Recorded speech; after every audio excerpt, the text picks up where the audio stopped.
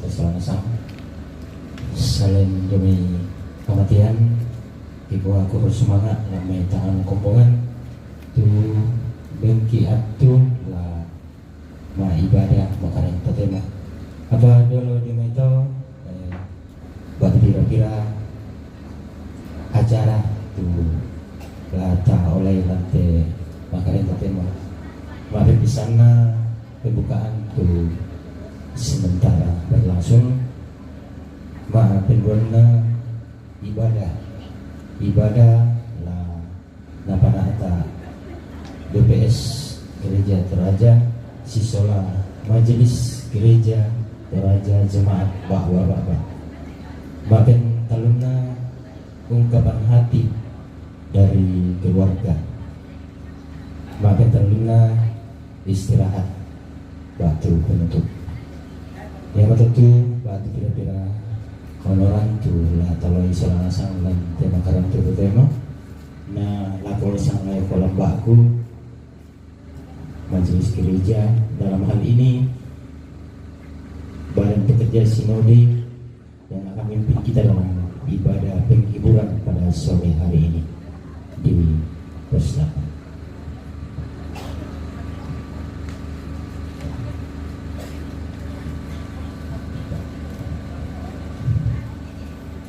Iya ta rapak mo solanasan ya kirim pitu di karang najolu to odapo patampi siapi iya ta siumpu puang dolo kombongan salo na puang taraban umpu di umpa kala bisangan na ulen dui PKJ patang pulon nanan ayak misa nada dua dari kungkungan juga kelar.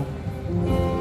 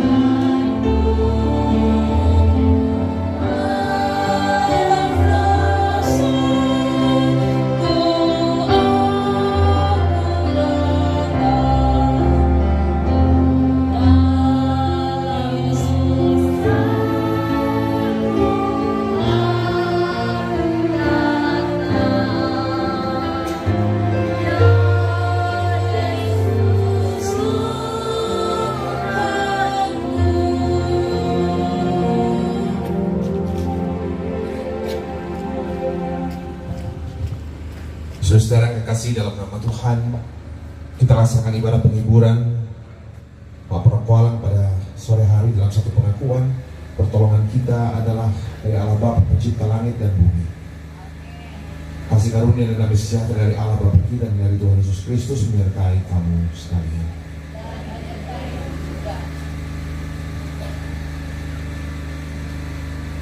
Litani mengenai realita manusia dari Mazmur 28 ayat 1, 2, 6, 7 dan 8. Kita akan baca secara bergantian. Dari Daud, kepadamu ya Tuhan gunung batuku, aku berseru. Sebab jika engkau tetap membisu terhadap aku,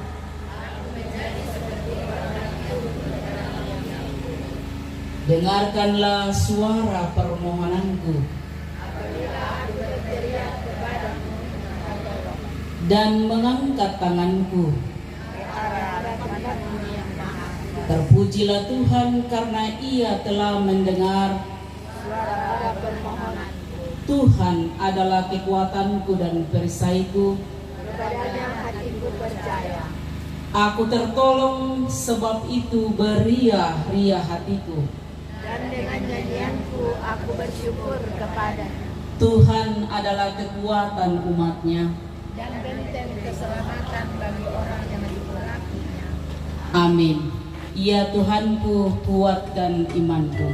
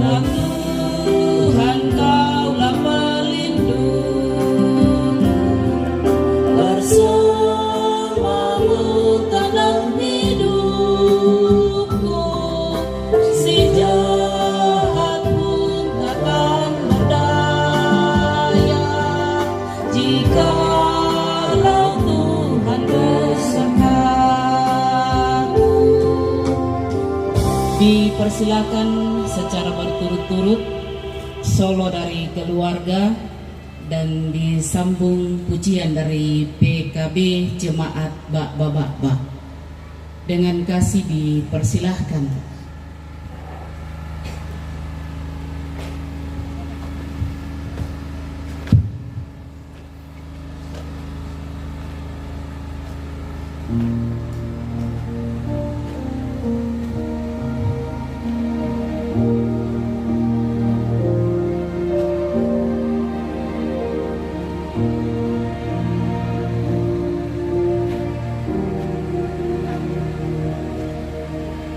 Kuasamu nyata di dalam kelemahanku, kekuatanmu menopang seluruh hidupku. Dari mana datang pertolonganku? Hanya Yesus pertolonganku. Engkaulah sumber kekuatan hatiku, tempat persembunyianku. Engkau penolong di saat susahku, tempat perlindunganku. Kau menara dan perisai di hidupku.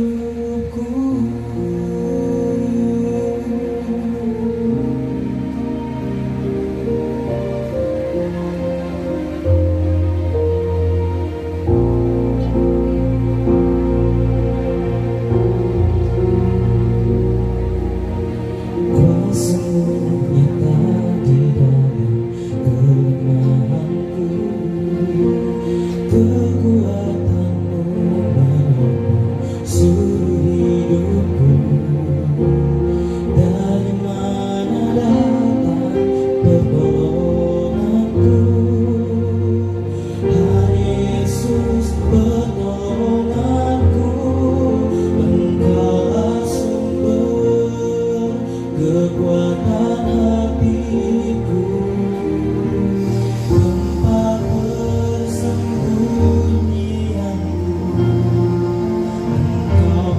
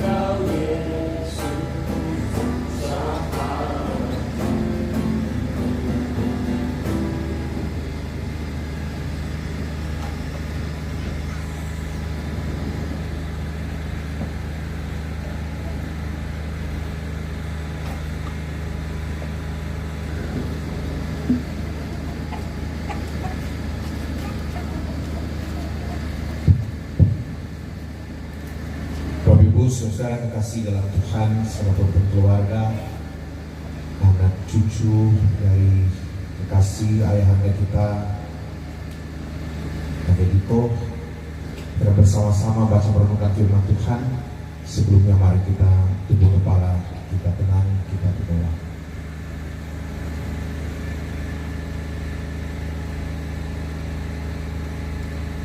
Dari tengah-tengah pelataran duka di tempat ini, kami menaikkan pujian kami kepada Tuhan, menaikkan permohonan kami kepada Tuhan. Sebab kami tahu dalam duka cita pun Tuhan berdaulat atas kehidupan kami. Dan kami bersyukur karena dalam melalui masa-masa duka ini kami tetap beroleh kekuatan dari Tuhan, sehingga hari ini bahkan dalam beberapa waktu ke depan dan juga beberapa waktu kemarin keluarga diberikan kesempatan untuk berkumpul bersama-sama menyelenggarakan rangkaian acara pemakaman ayahanda orang tua kasih kami. Kami yang mengerti seluruh duka cita ini dalam terang firman Tuhan, agar kami sungguh mengerti, boleh melihat kebaikan Tuhan dalam duka cita ini, dan kami tuntaskan semua rangkaian acara pemakaman ini sungguh menjadi satu rangkaian acara pemakaman yang memuliakan nama Tuhan. Kalau hamba untuk menyampaikan apa yang Tuhan mau, bila lalu memberikan firman dari tempat ini kami meningkat, dan biarkan Bapak dalam waktu sejenak ini sabda Tuhan mulai di tempat yang terbaik di tengah-tengah kehidupan kami. Berbicaralah Bapa, berbicaralah di dalam nama Anak Yesus Kristus. Kami berdoa, kami mengucap syukur, berpuji nama Tuhan. Amin. Bapak Ibu saudara kekasih di dalam Tuhan Yesus Kristus, kita bersyukur untuk kesempatan hari ini. Saya ingin bacakan sebagian dari firman Tuhan dari Mazmur pasal 90. Saya baca ayat 1 sampai ayatnya yang ke-12. Mazmur 90, 1 sampai ayatnya yang ke-12. Saya bacakan firman Tuhan demikian saudara. Mazmur 90, 1 sampai 12. Allah tempat perlindungan yang kekal, doa Musa, abdi Allah. Ini Mazmur yang setelah tradisi diakini sebagai doa Musa. Kita kenal Musa riwayat hidupnya seperti apa. Tuhan, Engkaulah tempat perteduhan kami turun-temurun. Sebelum gunung-gunung dilahirkan dan bumi dan dunia diperanakan, bahkan dari selama-lamanya sampai selama-lamanya, Engkaulah Allah. Engkau mengembalikan manusia kepada debu dan berkata, kembalilah hai anak-anak manusia, sebab di matamu 1000 tahun sama seperti hari kemarin apabila berlalu, atau seperti suatu giliran jaga di waktu malam. Engkau menghanyutkan manusia, mereka seperti mimpi, seperti rumput yang bertumbuh di waktu pagi berkembang dan bertumbuh di waktu petang lisut dan layu. Sungguh kami habis lenyap karena murka-Mu, dan karena kehangatan amarah-Mu kami terkejut. Engkau menaruh kesalahan kami di hadapan-Mu, dan dosa kami tersembunyi dalam cahaya wajah-Mu. Sungguh segala hari kami berlalu karena gemas-Mu. Kami menghabiskan tahun-tahun kami seperti itu. Masa hidup kami 70 tahun, dan jika kami tua 80 tahun, dan kebanggaan adalah kesukaran dan penderitaan, sebab berlalunya buru-buru dan kami melayang lenyap. Siapa yang mengenal kekuatan murka-Mu dan takut kepada gemas-Mu? Ajarlah kami menghitung hari-hari kami sedemikian, sehingga kami beroleh hati yang bijaksana. Saudara kekasih di dalam Tuhan, itu firman Tuhan yang boleh kita baca, Mazmur yang sangat sering kita dengar dan sangat sering dibaca dalam banyak sekali perspektif sudut pandang. Saya mau yakini dari ayat yang pertama, saudara. Tuhan, Engkaulah tempat perteduhan kami turun-temurun. Pertanyaan paling mendasar, saudara, bagaimana meyakini, bagaimana melihat keyakinan pemazmur sampai dia begitu yakin untuk mengatakan, Tuhan, Engkaulah tempat perteduhan kami turun-temurun. Dia mau bukan hanya dia yang setia kepada Tuhan, tapi dia mau anak cucunya pun setia sama kepada Tuhan. Dia mau bukan hanya dia yang intim dengan Tuhan, dia mau bukan hanya dia dirinya pribadi yang melayani Tuhan, tapi dia mau anak cucunya seluruh generasinya jauh ke depan juga setia kepada Tuhan. Pertanyaan paling mendasar, saudara, bagaimana meyakini keyakinan seperti ini? Siapa Tuhan yang ada dalam pikiran pemazmur yang membuat dia mau menggantungkan hidupnya turun-temurun kepada Tuhan, Sebab kalau lihat keseluruhan Mazmur ini, di dalam seluruh cerita Mazmur ini dia menceritakan betapa sedekat apapun dia dengan Tuhan, faktanya hidupnya itu rapi. Pertanyaannya, kalau hidup saya dekat dengan Tuhan, toh tetap juga sakit. Hidup saya dekat dengan Tuhan, toh tetap juga hidup aku. Lalu pertanyaan, untuk apa saya bergantung kepada Tuhan turun-temurun?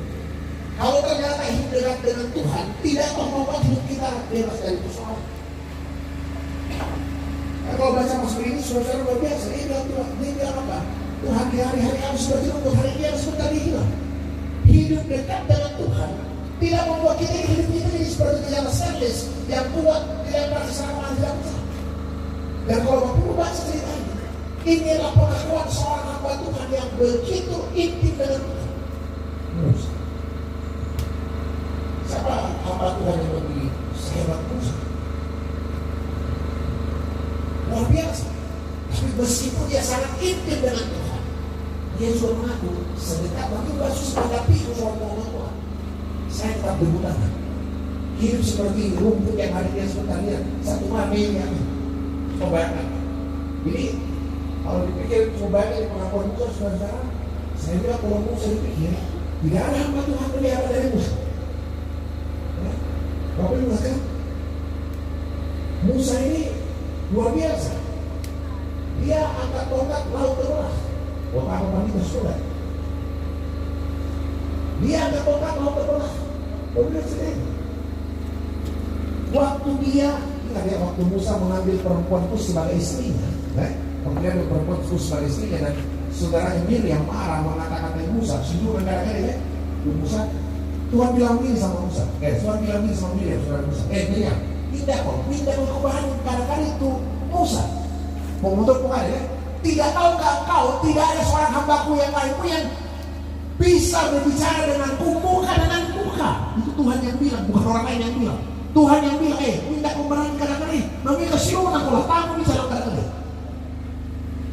Tidak ada seorang pun hambaku yang bisa berbicara denganku muka dengan muka seperti Musa. Jadi yang bilang Musa dekat dengan Tuhan bukan orang lain, bukan Musa. Tuhan sendiri yang bilang, tidak ada hamba yang lebih dekat denganku seperti dekatnya Musa dengan Tuhan. Jadi waktu saudara, Musa ini luar biasa. Saya bilang, tidak ada Musa, tidak ada nabi yang sehebat dia. Dia bisa bicara dengan Tuhan muka dengan muka. Tapi yang luar biasa, meskipun dia dekat sangat intim dengan Tuhan, begitu luar biasa. Laut dibelah, dia bikin 10 tura di Mesir, dia angkat tongkat, air sungai Nil menjadi darah. Jadi gua jago tidak jago nih ya. Dan yang luar biasa saya bilang, Bapak Ibu ingat kan, waktu Yesus dimuliakan di atas gunung. Nah, dua ditahu di dulu. Elia mana saudara? Musa. Nah, saudara, tapi yang menarik adalah apa? Apa yang membuat ya? Saya bayangkan luar biasa. Musa begitu dekat dengan Tuhan, tapi pada satu sisi dia tahu sekali lagi, meskipun dia sangat dekat dengan Tuhan, ternyata hidupnya tetap saja seperti rumput di padang. Sekali lagi, ini Mazmur secara tradisi diyakini sebagai doanya Musa, orang yang begitu dekat dengan Tuhan, yang mau menjadikan Tuhan itu tempat perteduhannya turun-temurun, meskipun dia tahu sekali lagi, di satu sisi dia tahu dia dekat sangat dengan Tuhan, dan pada sisi lain dia juga tahu meskipun dia dekat dengan Tuhan, dia tetap seperti rumput yang hari ini ada sebentar dia hilang. Tapi yang luar biasa adalah apa? Meskipun kondisinya seperti itu, dia mau menggantungkan hidupnya turun-temurun kepada Tuhan. Tuhan, engkau tempat perteduhan kami turun-temurun. Dia mau, bukan hanya dirinya yang taat kepada Tuhan, bukan hanya dirinya yang melayani Tuhan, tapi dia mau anaknya, cucunya juga melayani Tuhan. Sana lanjut ke yogi na sobat. Pokoknya nak beri sekolah tuan orang, kau jauh palu, untat pokok nama sudah. Raja Mei minggu lalu, Natal mahasiswa, Natal Wikmen mahasiswa untat 1.100 kursi disiapkan oleh panitia, tidak cukup penuh, masih ambil kursi tambahan, portfolio. Apa itu tidak bisa aku tambahin? Pergi. Apa sayang dulu minggu kemarin dia Pak Pendeta. Pokoknya sayang, berburu palindo sama yang menari di panggung sana pokoknya. Saudara, mewariskan iman itu tidak mudah.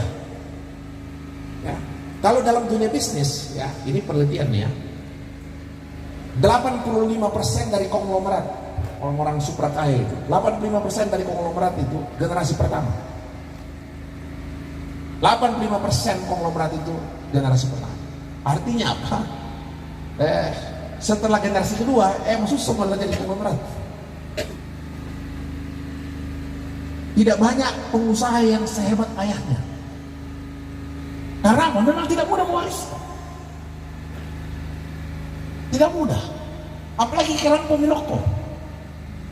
Anaknya tidak lagi merasakan bagaimana bapaknya dulu kumpul sedikit demi sedikit, dihemat sedikit demi sedikit supaya bisa terjadi penumpukan modal dan segala macam. Anaknya tahu lahir sudah ada nasi seperti apa. Tanah operasi itu bisa sama padi. Itu mewariskan diri sebagai pengusaha. Mewariskan iman juga tidak mudah. Tidak mudah mewariskan iman. Dalam beberapa waktu di satu acara pemakaman, sama di perempuan bukan, saya di pengusaha. Ya tu apa yang pulau, tu yang mana lu teman tua. Ya mau pada kabin hidup teman tu bisa aja buku. Andai kata bisa makan teman tu pasti tentang dia buku. Tidak mudah mewariskan. Jadi saudara saya bilang luar biasa. Nah hari ini firman Tuhan katakan, Musa katakan, Tuhan engkau tempat perteduhan kami turun temurun. Apa yang membuat, apa yang bisa menjadi dasar bagi Musa untuk memastikan bahwa apa? Bahwa betul-betul pilihannya tepat untuk menjadikan Tuhan itu tempat perteduhannya turun temurun. Saudara, kita tahu hari ini ribuan tahun berganti, teknologi berkembang luar biasa, tapi faktanya sampai hari ini dari miliaran manusia yang pernah hidup, jutaan orang-orang paling kaya pernah hidup di bumi ini, jutaan orang paling pintar, paling berkuasa pernah hidup dalam sejarah dunia, kaisar, presiden, panglima. Setahu saya, semuanya berujung pada kematian. Tidak ada satupun yang hidupnya terus berkelanjutan. Siapapun, sepintar apapun, sekaya apapun, tidak. Cerita tentang lagi seperti cerita lagi pada ada orang yang mau hidup kekal selama-lamanya. Ternyata bukan hanya ada di Toraja. Tapi kalau kita baca sejarah peradaban dunia, sejarah kekaisaran Cina, ribuan tahun sebelumnya, berabad-abad sebelumnya, dari dulu orang mau hidup kekal, hidup terus. Tapi saya bilang ya, memang lebih benar firman Tuhan. Hidup kami seperti rumput, hari ini ada sebentar dia hilang. Hari ini teknologi berkembang luar biasa. Beberapa kawan sudah bilang, Pak Pendeta, saya tanya Om, ada seorang bapak, Om mana Om? Pulang dari Taiwan, pulang dari Taiwan. Kenapa? Stem cell. Ini masalah stem cell. Jadi dia ambil sel kita terus diperbarui, namun disuntik kulit menjadi sel-sel muda. Jadi buku anak susi buku anak 17 tahun bisa bisa nanti. Nggak mulai susi dia tuh pakai tiro-tiro. Wah, nama tuh bang saya kok tiro. Saya tidak tahu, saya nggak tahu. Tapi faktanya sampai hari ini, sekali lagi orang yang ingin hidup selama-lamanya bukan baru sekarang, dari dulu. Tapi sampai hari ini firman Tuhan perlihatkan, saudara. Nah, pertanyaan paling penting, saudara, apa yang membuat pemazmur secara tradisi dipahami sebagai Musa mau menggantungkan hidupnya kepada Tuhan turun-temurun, meskipun dia tahu, sekali lagi, meskipun dia tahu sedekat apapun dia dengan Tuhan, pasti juga tetap hidupnya sangat rapuh. Ada satu ayat yang menarik, saudara, ayat 2, saudara. Sebelum gunung-gunung dilahirkan dan bumi dan dunia diperanakan, bahkan dari selama-lamanya sampai selama-lamanya, Engkaulah Allah. Jadi kalau ditanya kenapa dia mau menggantungkan hidupnya kepada Tuhan, padahal sedekat apapun dia dengan Tuhan, hidupnya juga rapuh, pasti bukan mati. Kenapa dia mau menggantungkan hidupnya kepada Tuhan turun-temurun? Alasannya jelas, Musa saja sebelumnya. Sebab apa? Dari selama-lamanya sampai selama-lamanya Tuhan tetap Tuhan. Presiden berganti, gubernur berganti, menteri berganti, bupati berganti, Tuhan tetap Tuhan. Baik saya hidup, saya mati, Tuhan tetap Tuhan. Dan Bapak ingat ya, Musa itu tidak diizinkan masuk ke negeri Kanaan toh. Waktu mereka diizinkan masuk. Sama sengkema sih, nanti ada kebutuhan naik. Jadi biasa kalau pendeta-pendeta berbisnis dibuat, wah masa tuh dah. Gara-gara iman itu, tahu kirikan kan biasa di sana. Weh, ya kita depan kita remagi aja kira-kira masa kata sama. Sudah biasa kesini mandi. Kita sudah bilang itu. Tapi kalau baca cerita Musa saudara, ya, saya bilang coba sering kita apa ya? Kita sudah perdebatkan. Musa ini kan dipanggil Tuhan umur 120 tahun. Ya, dia dipanggil Musa, dia dipanggil oleh Tuhan 120 tahun. Dan kita sudah berdebat.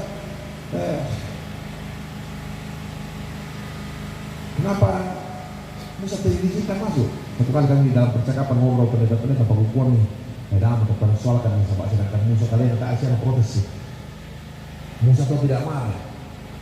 Meskipun sudah dari awal dia sudah tahu tidak akan masuk ke negeri di negeri Perjanjian. Toh dia tidak berhenti di tengah jalan. Pada kamu tengok toh masa tak pula tahu kita mengembarakan nanti mengembarakan 600.000 orang yang tengah tengku dikasih tahu telinga kiri keluar telinga kanan. Berbayang bahwa 600.000 orang di padang gurun 2 kali digabung dengan penjuru prajurit. Baik. Harus membawa bangsa sebesar itu di padang gurun 600.000 orang. Tapi apa Musa berarti tidak? Dia tetap menyelesaikan pekerjaannya dengan baik. Dia tidak komplain. Dia tidak protes, tidak menghentikan tanggung jawabnya. Dia selesaikan segala sesuatunya dengan sebaik-baiknya sampai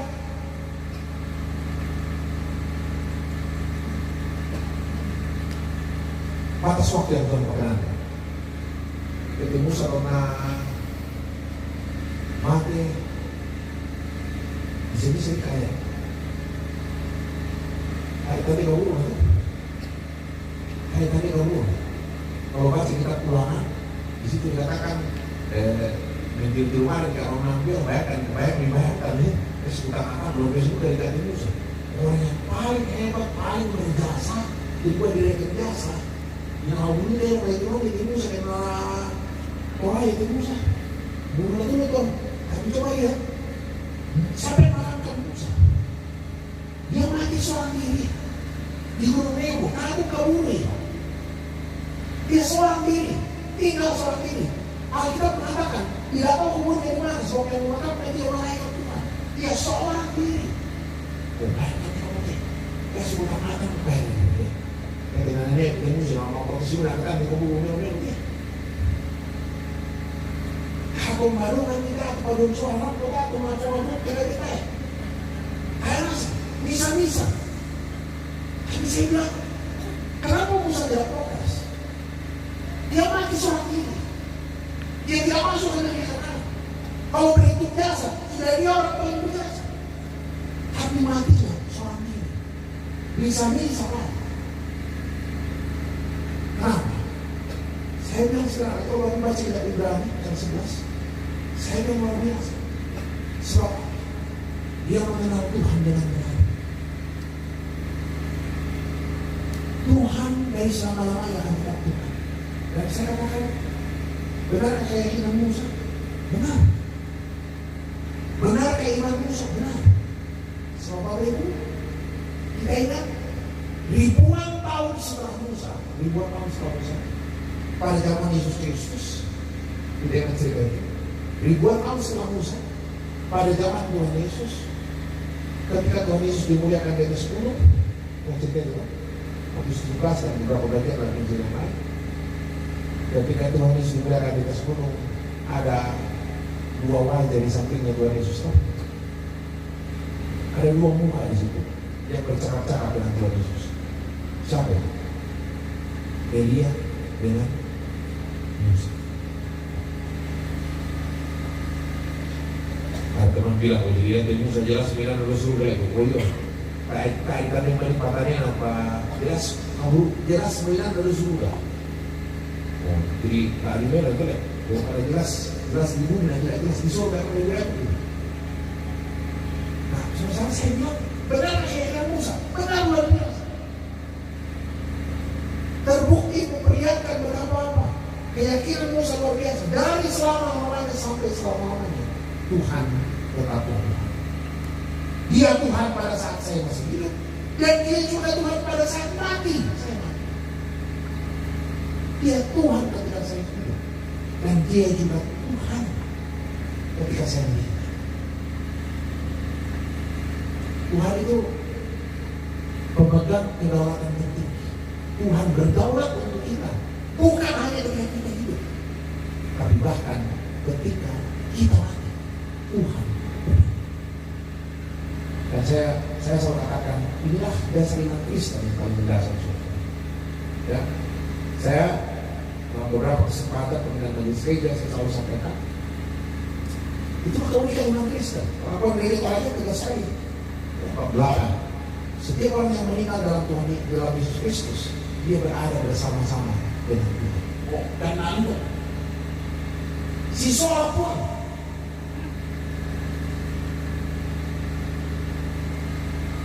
setiap orang yang meninggal dalam Tuhan, dia ada bersama-sama. Dan kita percaya Tuhan berdaulat penuh, bukan hanya ketika kita hidup, tapi bahkan ketika kita mati. Kalau Bapak Ibu ingat cerita, saya katakan bagian dari Alkitab yang memperlihatkan sangat konkret tentang penyertaan Tuhan, kedaulatan Tuhan dalam dunia orang mati itu, cerita kebangkitan Lazarus. Keunikan iman Kristen itu ada di situ. Di Yohanes 11 diceritakan dengan sangat baik. Kalau Bapak Ibu ceritakan waktu Lazarus meninggal, dia punya dua saudara perempuan, Maria dengan Marta. Bapak Ibu cerita itu, waktu Lazarus meninggal, Tuhan Yesus datang melayat, Tuhan Yesus mengasihi Maria dan Marta, juga sangat mengasihi Lazarus. Kemudian Lazarus sakit meninggal, Tuhan izinkan Lazarus meninggal. Kemudian Tuhan datang berjumpa dengan keluarga. Tuhan melihat Marta menangis. Dibaca di Yohanes 11. Marta menangis, dan ketika Marta menangis, Tuhan Yesus bilang begini, Marta, kamu tenang, jangan sedih, ayo dong. Saudaramu Lazarus akan bangkit. Jangan sedih Marta, sebab saudaramu Lazarus akan bangkit. Tapi ingat apa jawaban Marta waktu itu? Maka Marta sudah. Benar Tuhan, kita amnesia. Kami tahu bahwa saudara kami Lazarus akan bangkit nanti pada akhir zaman. Bapak Ibu, kau perhatikan kan? Kalau sekedar percaya pada peristiwa kebangkitan orang mati nanti akhir zaman, ya. Kalau sekedar percaya pada peristiwa kebangkitan orang mati nanti akhir zaman, sebenarnya tidak perlu iman Kristen. Orang Yahudi pun percaya pada peristiwa kebangkitan orang mati nanti akhir zaman. Orang Yahudi juga percaya. Hari ini pas dia bilang konsul demi pulang dari Yerusalem, saya suka cerita kalau bawa teman-teman ke sana, saya jelaskan itu tempat-tempat di sana. Kalau kita di Yerusalem, kita pasti diajak naik ke Bukit Zaitun. Bukit Zaitun itu bukit yang ada di sebelah timur kota Yerusalem. Pasti semua orang diajak naik ke situ foto-foto dari Bukit Zaitun ke kota Yerusalem. Naik ke Bukit Zaitun yang ada di sebelah timur kota Yerusalem. Kalau mau naik ke Bukit Zaitun, lihat kota Yerusalem ke bawah. Kota Yerusalem itu punya banyak sekali pintu gerbang, di kota Yerusalem. Tapi ada satu pintu gerbang yang tidak pernah dibuka sampai hari ini. Itu terus sampai hari ini. Itu pintu gerbang apa? Pintu gerbang yang menghadap ke timur. Namanya pintu gerbang emas, Golden Gate. Tidak pernah dibuka sampai hari ini. Selalu ditutup. Sebab apa? Orang Yahudi punya satu keyakinan, nanti kalau Mesias datang dari sebelah timur, baru dia buka itu Golden Gate, pintu gerbang Yerusalem yang baru. Nah, yang saya mau cerita Bapak Ibu, kalau kita dari Bukit Zaitun mau pergi ke Yerusalem jalan kaki ke bawah, kita susuri satu jalanan namanya Lomba Kidron. Keturunan pada waktu itu jalan dicor, kira-kira semua pas otorisasi Istanbul, harus Istanbul.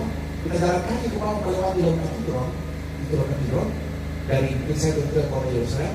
Kita jalan ke bawah Lomba Kidron, Di samping kiri kanan jalan di Kota Kidron itu penuh dengan kuburan orang-orang Yahudi. Orang-orang Yahudi berlomba-lomba dimakamkan di Kota Kidron. Sini mereka waktu 20. Kapal ini kosong foto-foto 20. Kenapa? Mereka berlomba-lomba dimakamkan di Kota Kidron sebab mereka punya satu keyakinan. Nanti kalau Mesias datang dari sebelah timur, membuka Golden pintu gerbang emas, maka yang pertama masuk ke Yerusalem baru adalah mereka yang dimakamkan di Kota Kidron. Jadi itu kita di ETF. Nah, membela-bela pada kala selalu kau bilang tekor, Makassar, membela. Saya tidak itu aja saudara.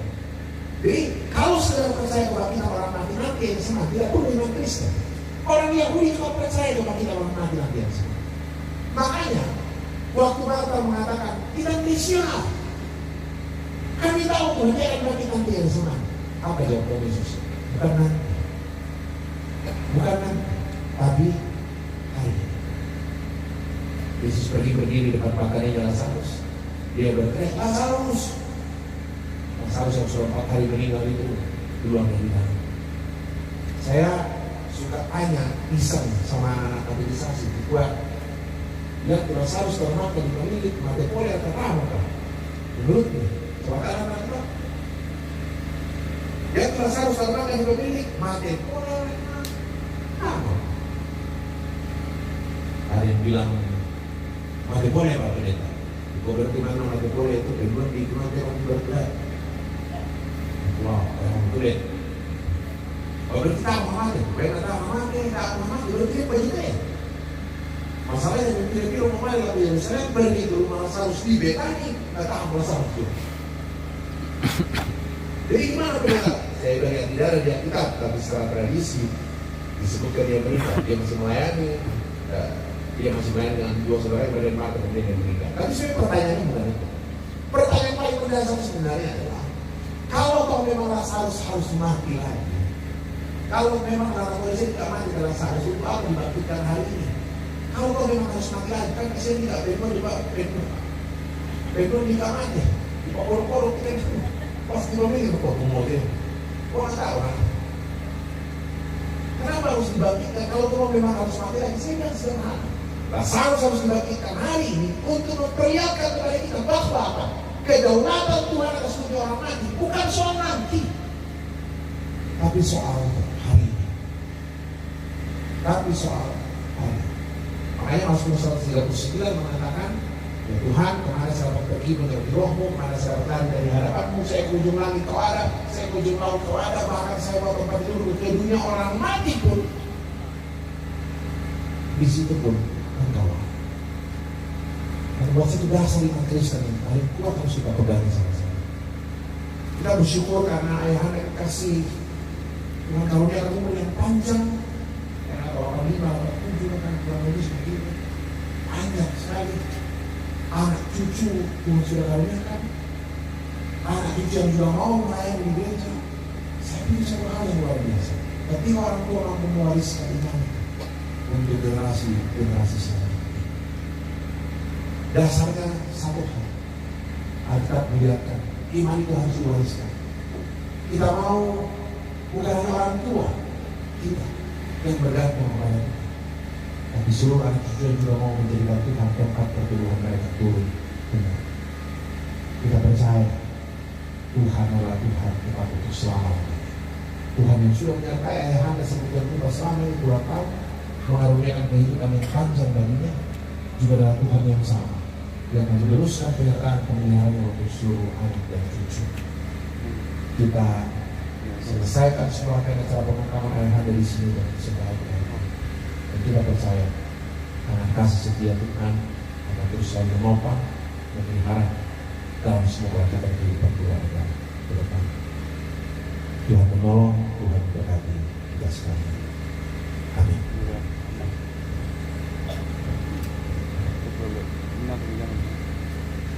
Luar biasa firman penghiburan yang boleh hadir menyapa kita pada sore hari ini. Kiranya segenap rukun keluarga, bahkan kita sekalian boleh mengalami penghiburan melalui firman yang telah disampaikan. kita akan menjalankan publikasi firman Tuhan melalui Amsal 3 ayatnya yang ke-27 mengingatkan kita bahwa janganlah menahan kebaikan daripada orang-orang yang berhak menerimanya, padahal engkau mampu melakukannya. Sambil publikasi dijalankan, kita mengiringi dengan melakukan PKJ 248.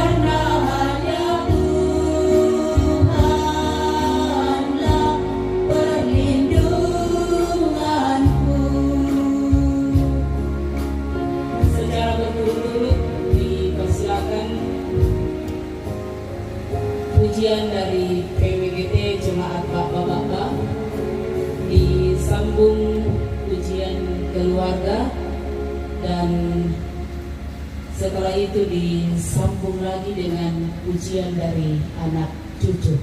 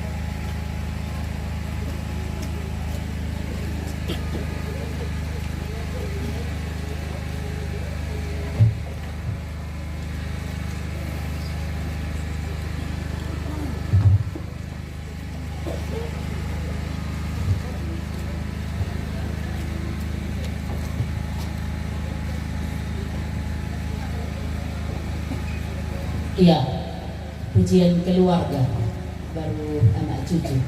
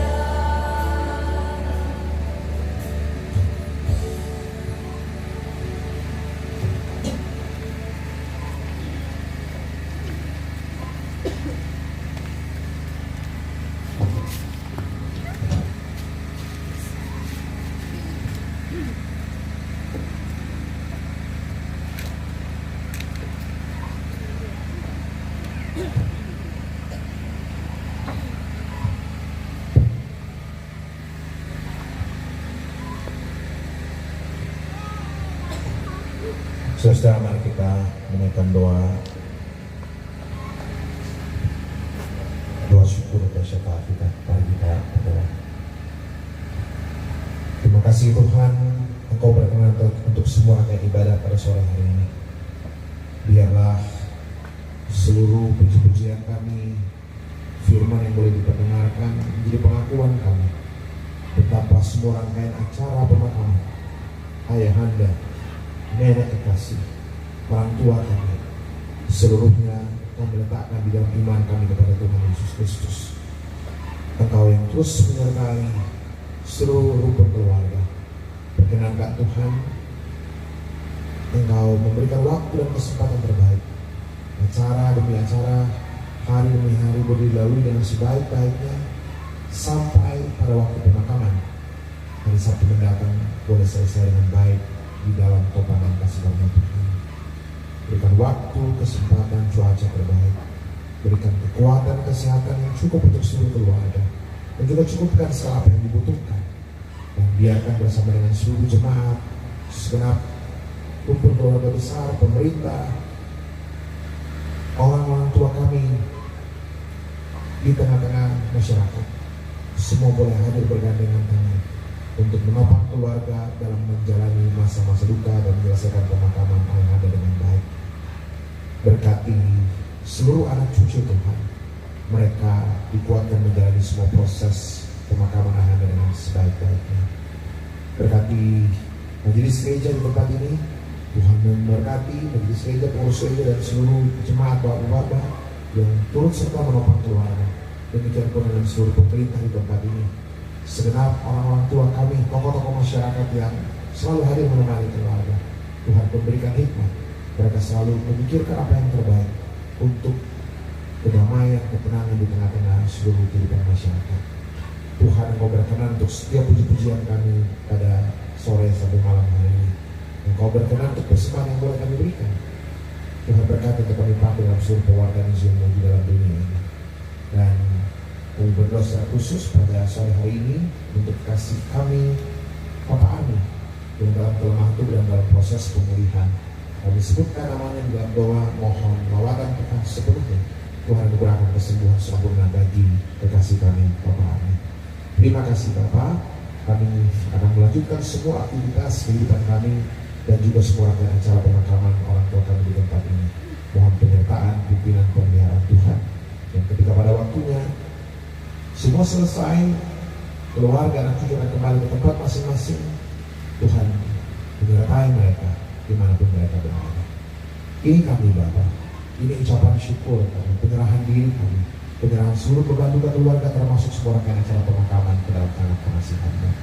Di dalam nama anak Yesus Kristus kami berdoa, kami mengucap syukur, terpuji nama Tuhan. Amin. Jemaat Tuhan, kita dengarkan petunjuk hidup baru. Sabda Tuhan mengatakan, hendaklah kamu selalu mempunyai garam dalam dirimu dan selalu hidup berdamai yang seorang dengan yang lain. NKB 116 ayat 1 dan 2, siapa yang berpegang pada sabda?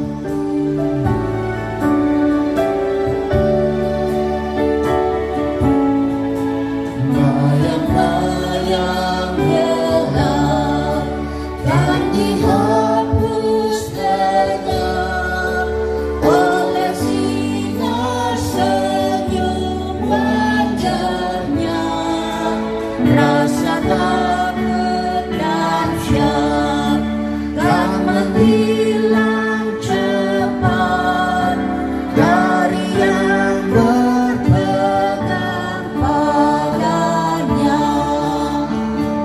Percayalah dan pegang sabdanya, hidup dalam Yesus sungguh bahagia.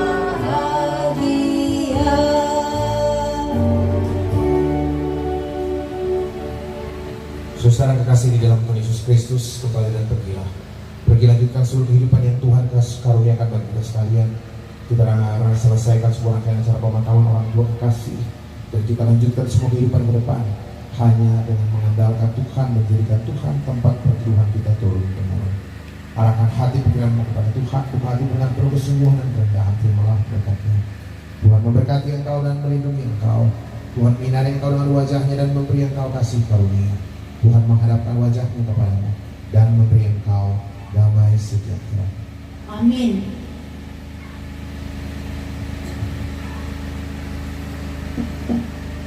Kita kembali memuji Tuhan melakukan El Shaddai.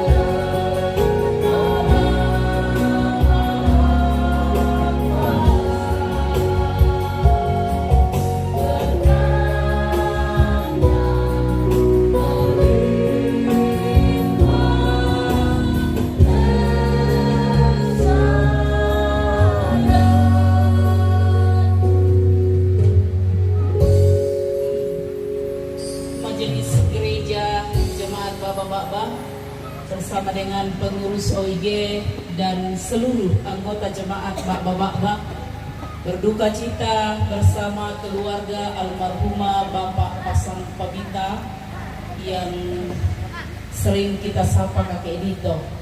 Roh Kudus menguatkan dan menghiburkan segenap rumpun keluarga yang ditinggalkan.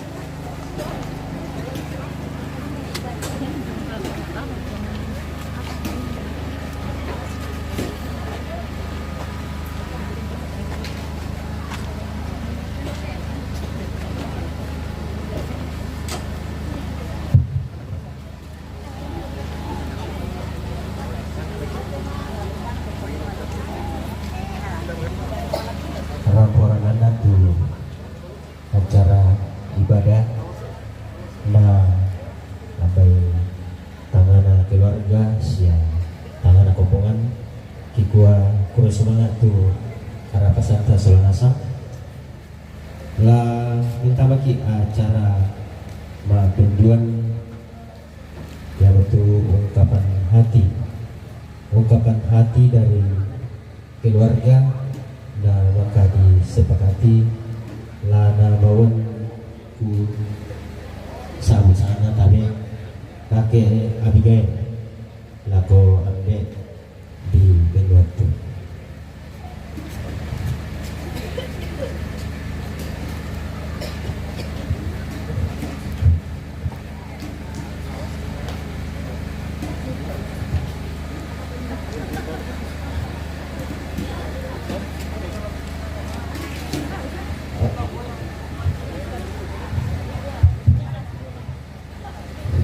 Semuanya lako tahun nonoran itu acara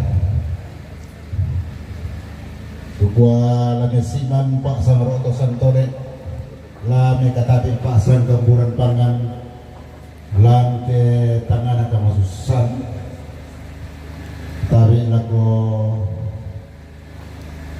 Ketua Umum Badan Pekerja Sinode Gereja Toraja Bapak Pendeta Dr. Alfred Agui MTH tapi lako pendeta jemaat bapak-bapak tapi lako ambe lako Indo lako toparene sia ambe lambe pondok